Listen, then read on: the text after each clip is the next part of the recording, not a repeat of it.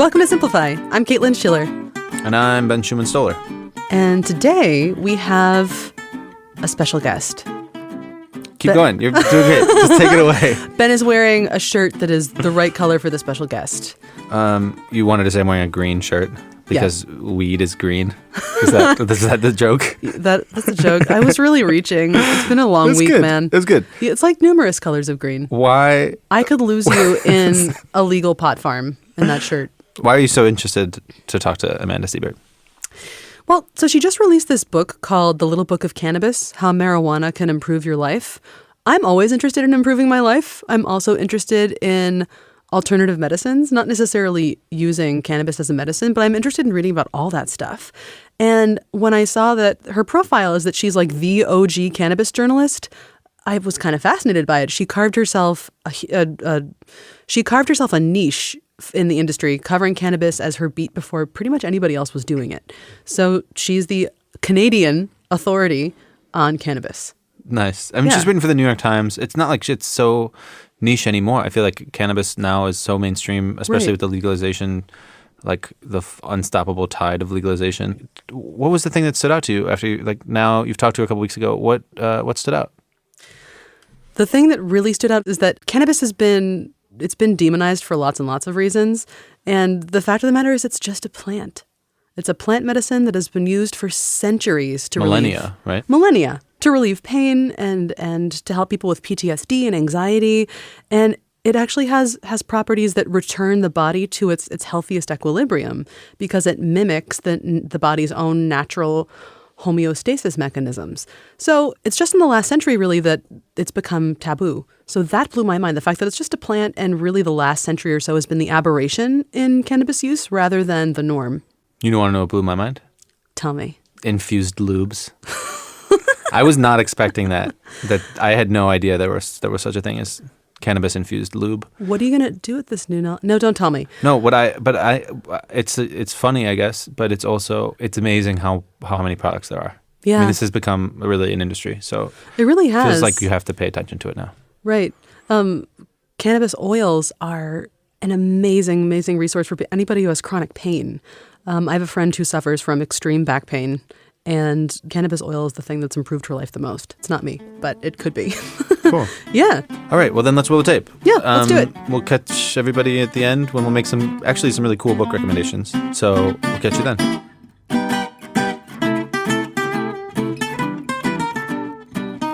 Could you just introduce yourself the way that you like to be introduced? So my name is Amanda Siebert. I am a author, cannabis writer, photographer, and journalist based in Vancouver, British Columbia, Canada. Cannabis journalist. That is a title that I do not hear every day. You're also a cannabis book author. You are just releasing a book called The Little Book of Cannabis, How Marijuana Can Improve Your Life. And that's what we're going to talk about today. And I'm super excited about it. Me too. I've talked about it a little bit, and it's funny being a journalist. Being on the other side of the interview is always a little bit interesting, but I'm game for whatever you've got. Why do you think that cannabis has such a bad rap? There's a lot of different factors that play into that. I think a lot of it has to do with racism. If we look to the United States. After the Civil War in Mexico, we saw a lot of Mexican immigrants traveling to states along the border in the U.S. And what happened is they brought marijuana with them. And marijuana was, a term that they used to refer to it. But when American people heard this term, they saw these people that were coming, they were unfamiliar. And so, they attached a lot of bias, I guess, to that. And they used that term marijuana to sort of blame these immigrants that were coming to the United States for their problems, if you will. And that's kind of why there's some connotations around that word, marijuana. And really a lot of it too, I mean, if you look at the 1930s when we had Harry J. Anslinger, the first president or leader of the DEA, the first iteration of that organization, he really had it out for cannabis because he had, a lot of wealthy friends that were invested in things like prescription medication and cotton and, the oil industry. And these were all things that were being threatened by the hemp industry. And so that's kind of why we don't really have a very robust hemp industry industry in North America. Really, all the things that we use, plastic, oil, these sorts of things for, they could be replaced with hemp. And so that had a lot to do with it as well. I'm sure I could go on. There's really a lot that plays into the stigma. But nowadays, we see the results of that demonization. Mm-hmm. There are a lot of 3-letter acronyms that are associated with the cannabis that I think also might add to some of the unknowns about it. Could you take us through the difference between CBD, THC, and this fantastic thing that I didn't know anything about until reading your book called the ECS, the endogenous cannabinoid system? The endocannabinoid system, for sure. So your body has this system called the endocannabinoid system, and this was actually discovered after THC was discovered. So there's this brilliant scientist, Dr. Raphael Mechoulam, who discovered THC. Later on, he discovered CBD, and he went on this search to find out, what happens to THC and CBD in the body. And the long and short of it is he discovered this system of receptors that exist within the body. And so the endocannabinoid system is the system that works to regulate all the other systems in the body. So things like appetite, things like sleep, things like mood. And what happens is, let's bring it back, I guess, to this word endocannabinoid. So the root of that word endo comes from, endogenous. It means within the body. So our bodies actually produce their own cannabinoids, if you will, I'm using air quotes, that sort of, they work to return the body to homeostasis. Could you just explain homeostasis? We also have some listeners who aren't English native speakers, so it might be helpful. Okay, for sure. So homeostasis is just the idea that, returning your body to, I don't want to use the word normal, but to sort of its most functional kind of regular state, if you will. And so these cannabinoids that exist within the body, they're called anandamide and 2-AG. THC and CBD actually sort of mimic them. So THC works with receptors in the body. It actually binds directly to them. CBD, this other cannabinoid, one of two sort of probably the most popular cannabinoids that we hear, and cannabinoids, I guess, are these chemical compounds in cannabis. They really are responsible for a lot of the therapeutic benefits that we get with cannabis, along with terpenes, these aromatic compounds. They all sort of work in synergy to help us kind of regulate the different systems in our body. Does that sort of make sense? Yeah, actually, I think that was a really good primer. Thank you for that. And with that, I'd like to get into, your book is broken into, I think it's 8 chapters or 8 sections, basically, on different areas of one's life with which cannabis can help, or how cannabis can benefit a person. And one of them, let's start with the simplest one that pretty much everybody can relate to. One of them is sleep. Could you tell me a little bit about how cannabis affects sleep or could improve sleep? Of course.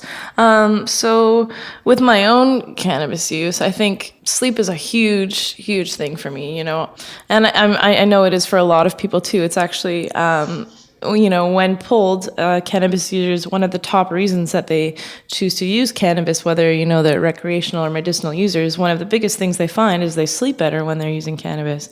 There are definitely some scientists that will debate with this idea. They'll say, it actually interrupts your sleep. But, when we look at the evidence or the number of individuals that are coming back with this, with this finding, I think it's definitely something we need to consider. So what I did when writing this book, I spoke with an expert who sort of broke it down to me in terms of stages of sleep. And what happens with cannabis is essentially the sleep latency, or the time it takes you to fall asleep, can be shortened when you're consuming cannabis.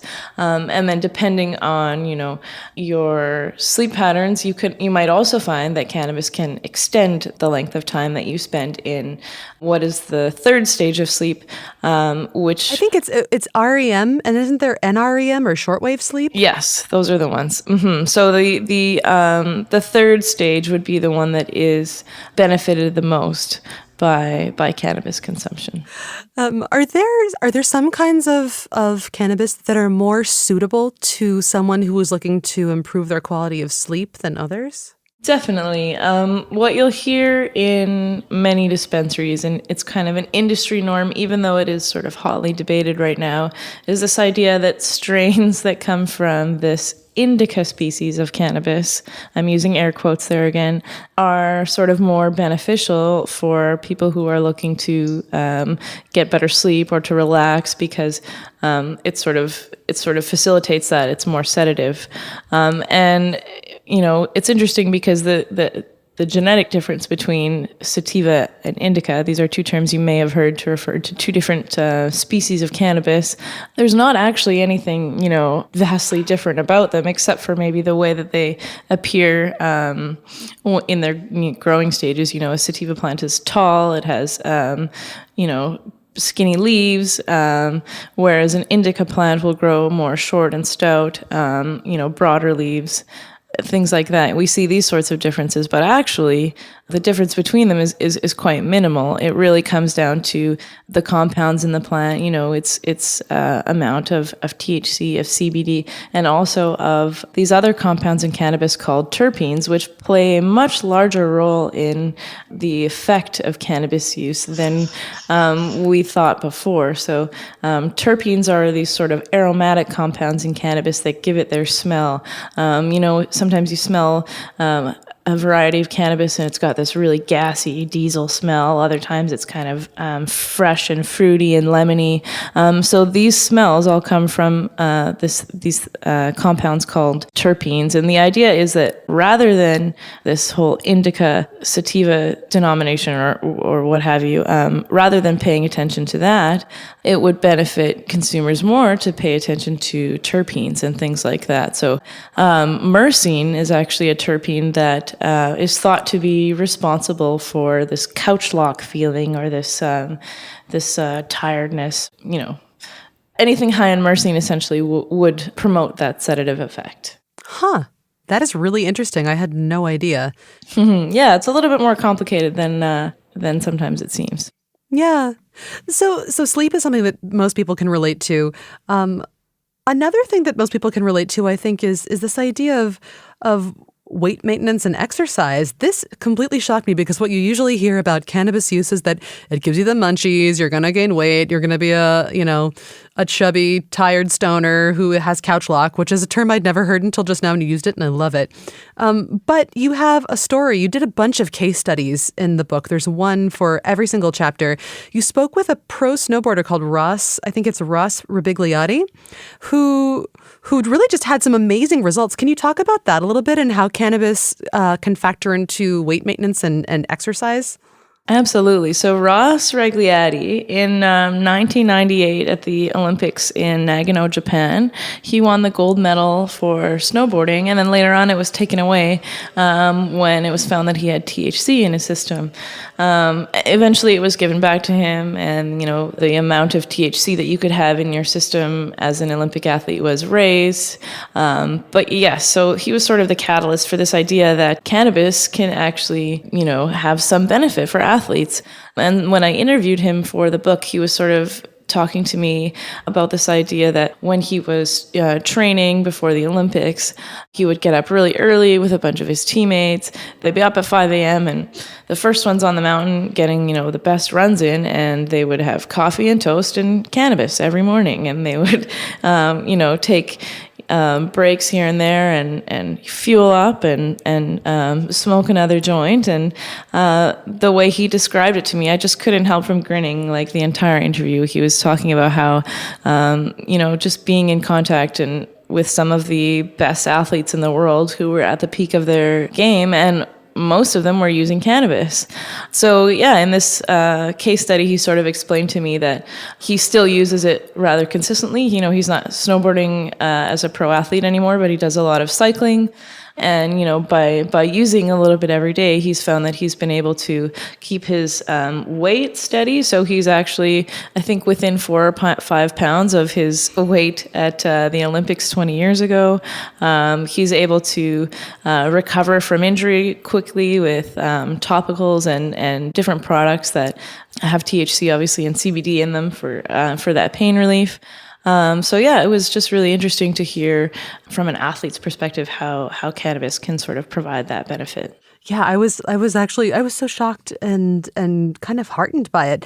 Heartened actually really because even before I got to the chapters on aging, I was like, wow, this must have implications for things like rheumatoid arthritis and continuous pain that old people are in. Could you talk about that a little bit?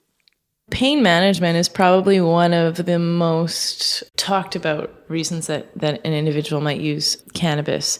And really, it's funny, when I spoke with Dr. Mark Ware, he's the expert I spoke with in the book on pain management, and he works out in Montreal in Quebec. And he said that most of the patients that he's worked with that suffer from chronic pain, the way they describe cannabis is as something that not necessarily takes the pain away from them, but it takes them away from the pain. So people always ask this question of, but does cannabis really take someone's pain away?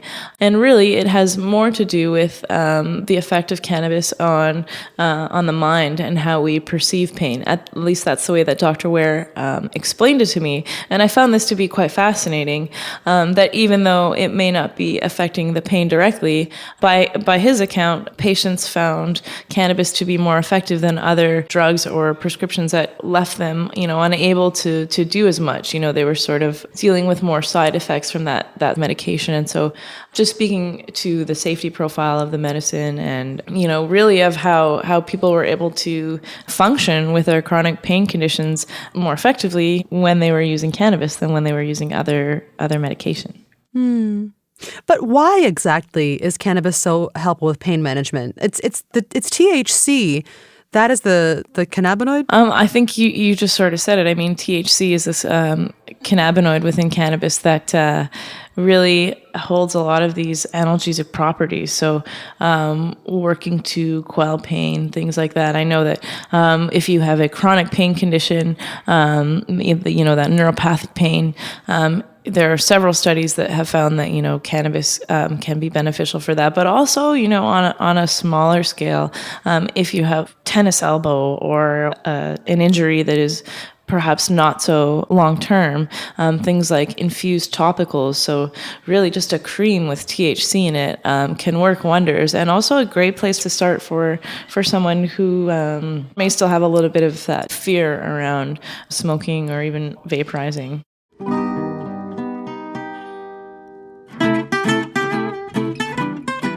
With Amanda Siebert, we are learning that cannabis is really just a plant. It's a plant that's been around and human beings have been using medicinally for bajillions of years.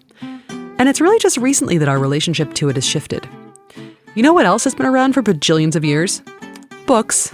And our relationship has changed there too. Now there is way less time to read or figure out what you want to read next than there was a bajillion years ago.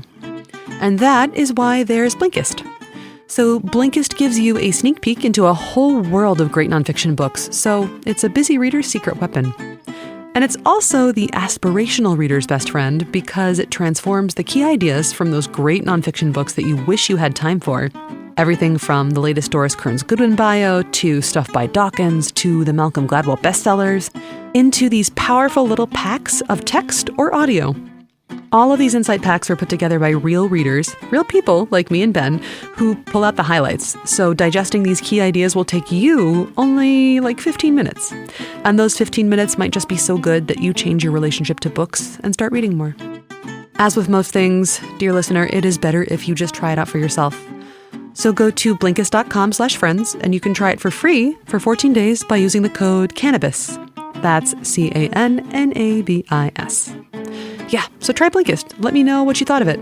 I really hope you love it. Okay, now back to my talk with Amanda Siebert.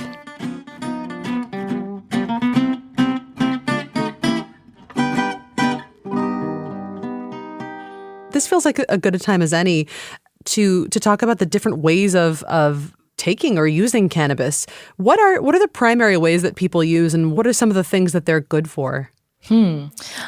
So obviously, I guess the biggest I guess, way to consume cannabis would be smoking. We see this, in media and things like that. And the reason smoking, is still popular, and I think will never not be popular, is because it's a fast delivery method. So let's say, on the medical side, if you suffer from cluster headaches or something that requires a quick onset of relief, smoking does provide that.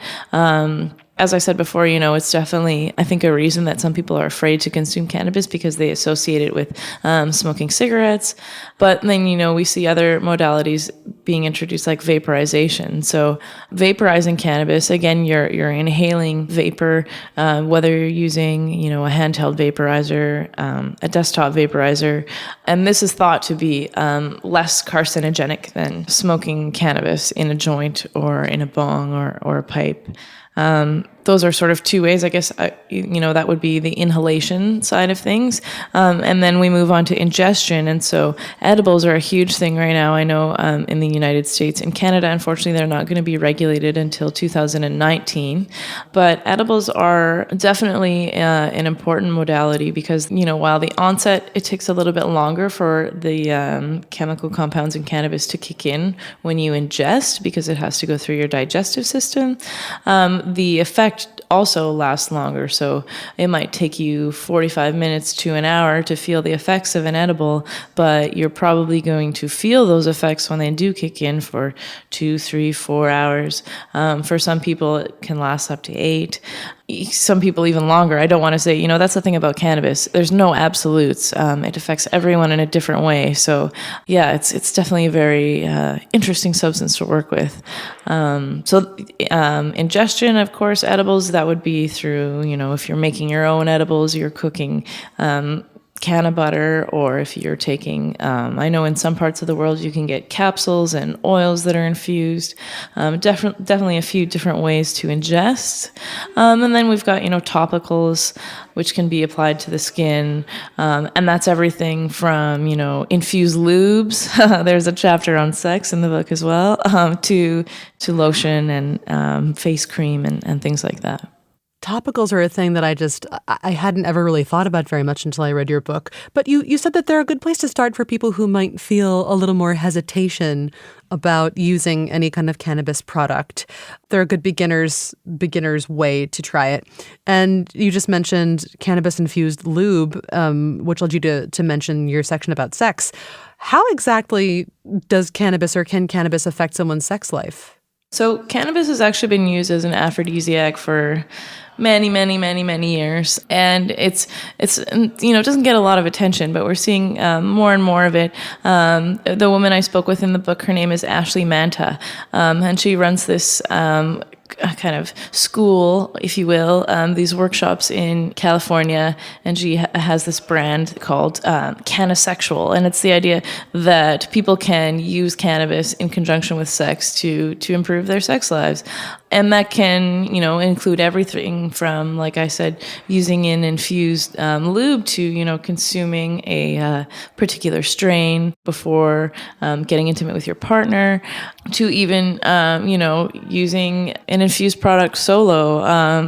There's definitely lots of different things to be explored in that realm. And I think it's definitely an area that we should consider for sure. Historically, it's been a very big one for humans to use cannabis in conjunction with sex. So I thought that would be a fun one to explore. Yeah, but what does it exactly do? What are the positive, I don't know, effects of using cannabis before sex? Is it that it calms the mind down? So it's similar to how anxiety sufferers might benefit from cannabis, or is it something else?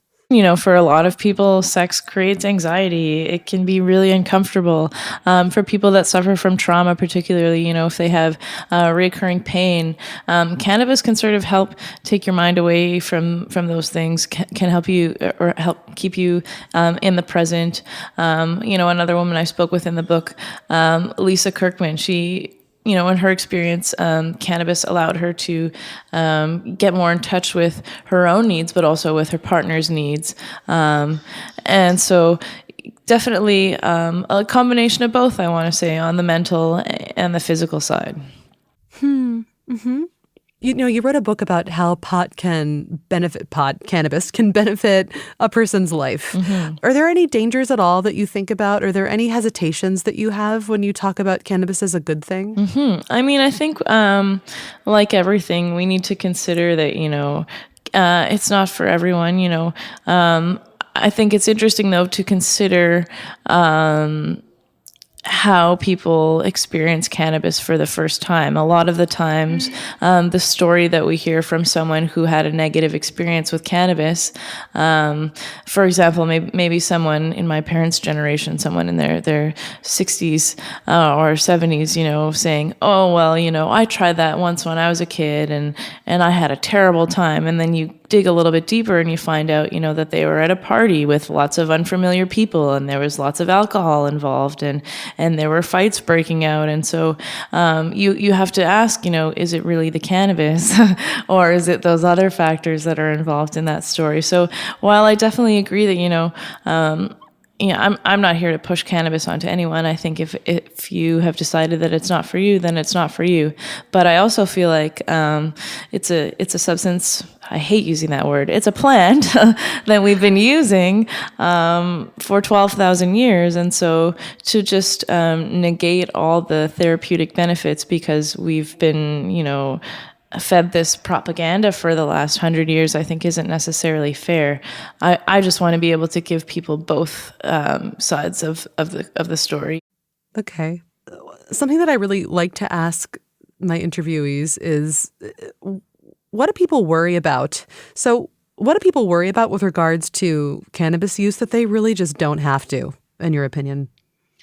I mean, in Canada, there's this feeling right now that I've said it before, that the sky is going to fall when cannabis is legalized. That there's going to be lots of accidents, the results of impaired driving, and that people are, I'm sure that some people have this fear that modern society as we know it is going to crumble and we're all just going to turn into a bunch of lazy stoners. And I think that's definitely short-sighted.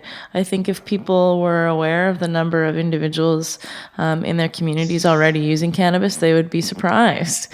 It's definitely culturally an important substance in Canada, and especially in Vancouver. And so I think moving forward, Canadians and other people in the world are going to slowly kind of see that consuming this plant doesn't make you, not everyone fits the sort of Cheech and Chong stereotype. There are plenty, and I know many of them, plenty of individuals who are running companies, who are entrepreneurs, lots of very, very successful people in Vancouver and beyond that are using cannabis daily, like all day long, and they're, at the top of their game.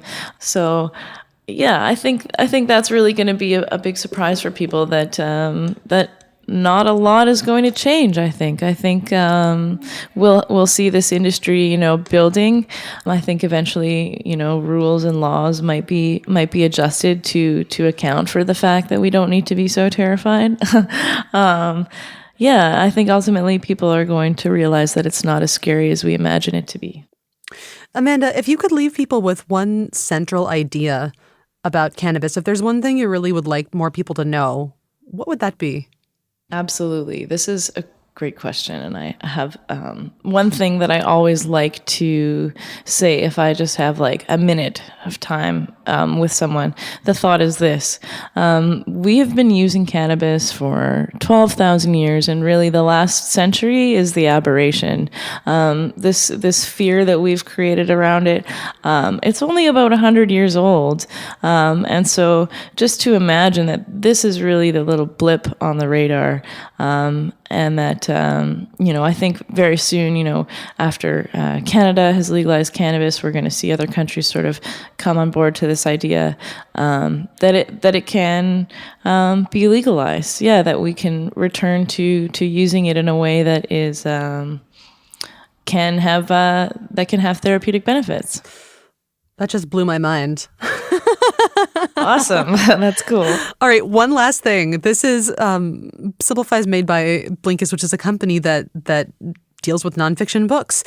what's something that you've read recently that you've enjoyed? It doesn't necessarily have to be nonfiction. I just like to hear what people are reading, really. I am reading this wonderful book. It's actually written by a friend of mine named Travis Lupick. It's called Fighting for Space. It's about this community in Vancouver called the Downtown East Side, and how this community that really faces a lot of struggle when it comes to addiction, how they sort of come together in the face of this opioid crisis. And really before that as well, it's really a wonderful book. It's a very detailed account of how Vancouver has sort of put itself on the map in terms of harm reduction. Very, very good read for sure. Wow, interesting. All right. Well, Amanda, that is it for me. Thank you so much for taking the time to talk today. It was really pleasant and illuminating to talk with you. And thanks for your book too. It's just been full of surprising and really useful information. Well, thank you so much. It was a pleasure to chat with you about it. And I hope that people who read it take away a new idea about cannabis, and maybe they shed their old mindset about cannabis.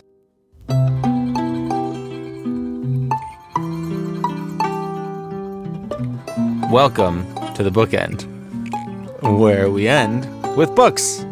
Welcome back. Yeah, thanks. But I will have probably appeared previously on the season. I was welcoming the audience back. Oh, yeah. And I'm not high. Neither am I. And we should talk about all the benefits of being high, though, and what you guys talked about a little bit. I mean, what do you remember from the interview? Well, what I really remembered from what I think the thing that I'd say surprised me, in addition to what I mentioned at the top of the show, is that athletes really stand by using cannabis, not just to, not just to get high, but also to fall asleep at night and get a restful night's sleep for the sport that they do in the morning. It's a way for them to relax and unwind with friends, and maybe ingest some sort of substance that allows them to do that to a higher degree without having the negative effects of alcohol, which are dehydration, you feel terrible in the morning. I also was totally shocked that cannabis can actually help with weight maintenance. Mm-hmm. Because, you're like Oreos. Exactly what you were thinking. Oreos is pretty much exactly what I was thinking. Yeah. So that was really surprising to me and interesting. What stuck out to you? Alcohol sucks, I think, is interesting, and it's kind of the drug that has found its way in the middle of our culture more than cannabis. Why is that? I don't know. It's probably, I don't know, but I have some ideas, but I don't know if they're not fleshed out enough to include here. Another thing I think is, smoking is tough and smelly. And I think that we're going to see cannabis. I think she makes a really good point that once smoking is sort of removed from how we think of cannabis, we could see a growth there, or we might get to experience more of its benefits. Let's put it that way. Yeah. And the last thing is, Reefer Madness, that memeable movie from the 30s about the terrors of reefer. I actually have never seen it. I think that, I just think we've been bombarded by campaigns and maybe false notions about what cannabis is. And so that's what I'll remember from this interview, that cannabis is, probably not as evil as we were brought up to believe it is. Yeah, I think that's a good point. Those Dare commercials. Yeah. They're enough to strike fear into the hearts of pretty much anybody living and walking and breathing who wants to continue doing that. Yeah. So should we get into the books? Yeah, let's do it. So my first recommendation has really nothing explicitly to do with cannabis. It's called Daily Rituals by Mason Curry. This book might be one that we've talked about before on, maybe season 1 of Simplify, but it's a really cool book because it's all about the daily routines of philosophers, artists, musicians, inventors. It's got Jane Austen's work habits in there, Beethoven's weird coffee routine. And then there's also, of course, some talk about the kinds of substances these people used to enhance their artistic states or to relax and unwind, sometimes in a healthy way, sometimes in a not healthy way. But it was just, I think it's an interesting read to hear about how normalized use of certain substances, even like opium, how normal that was in the UK until it got negatively associated with Chinese immigrants. How normal using stuff in order to get your work done actually was. I'm not condoning that, by the way, and at Blinkist we don't condone it, but I just think it's an interesting thought experiment to see how opinions on using substances has changed over the years. So yeah, Daily Rituals by Mason Curry. It's pretty cool. Nice. Yeah. One that I have is The Botany of Desire by Michael Pollan. Meow. By famous, awesome dude, Michael Pollan. Tell me more. Well, you know how I like a good cultural history. I do. And Michael Pollan. And Michael Pollan. Yeah. It's basically a history of 4 plants. The potato, the tulip, the apple, and cannabis. Oh. And, you know, like an interesting part of the book regarding cannabis. So like the part about the apple talks about Johnny Appleseed. But the part about cannabis, it's interesting. It's like since the Garden of Eden, the humans have been drawn by this desire to do what's not allowed and be intoxicated somehow. This thing. Are you talking about the apple? Yeah. Intoxicated with knowledge? Yeah. Ooh. Promised something. It promised some alternate reality. Some abuse. That's an interesting way to put it. Not abuse, but something that's not who you are, or not who you think you are. Or something that will present a change in your reality. I think alternate reality is a great way to put it. It's, something different, something that you ingest that can change the way you experience the world. Right.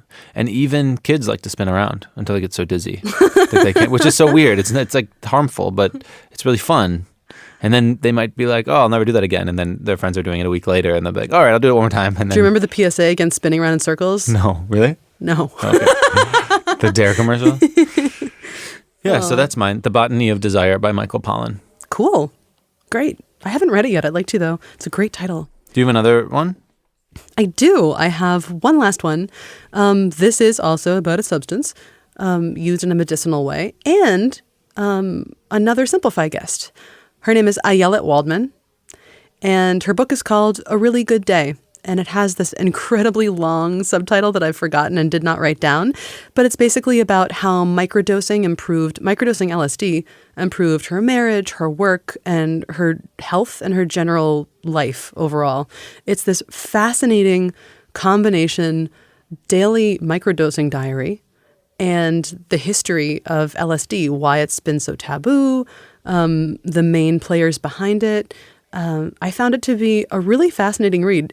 Ayelet refers to it as the book that LSD wrote because she did a lot of her writing when she was microdosing. It made her super productive, able to focus. It made her more emotionally stable. And it also helped her make connections between the things she was researching and experiencing in a way that she said she never would have done if she hadn't microdosed. Cool. So it's really fascinating. And she's a great writer. So I'd really encourage you to check it out and listen to her Simplify interview also in this season. Nice. Yeah. Okay, well, cool Rex. Yeah, you do. Botany of Desire. Botany of Desire. Awesome. Today's episode of Simplify was produced by me, Benjamin Stoller, Caitlin Schiller, Nat Doroshkina, and Ben Jackson. The last time I talked to Ben Jackson, he wanted us to let you know that he was not the one who left the studio speakers blasting opera music with the door open. I have ideas about who it might have been. No comment. Okay. No comment. All right, cool. Well, if you enjoyed this episode of Simplify, send it to somebody you like. That would be great. You can find us on Apple Podcasts. You can find us everywhere. You know that already. If you want to talk to us, which we love, you can email us at podcast@blinkist.com. I'm on Twitter at Caitlin Schiller. And Ben, how do people find you? On Twitter at BSTO, Besto. Rad. Okay, one last time. Simplify is brought to you by Blinkist. Ben and I both work there. Blinkist is an app. What does Blinkist do, Ben? Blinkist is an app that brings you the key insights from the world's best nonfiction in 15 minutes or less. Oh, that yes. You can read or listen to. I love hearing you read my words. You memorize them. Ben did that without looking at anything. It's great. That's right. Easy peasy. Yeah. If you want to try Blinkist out for free, we set up a voucher code. Go to Blinkist.com/simplify and put in the voucher code REEFER, REEFER, and you can try it out. Otherwise, that wraps it up for today. So see you guys next week. This has been Checking Out. And Caitlin, checking out.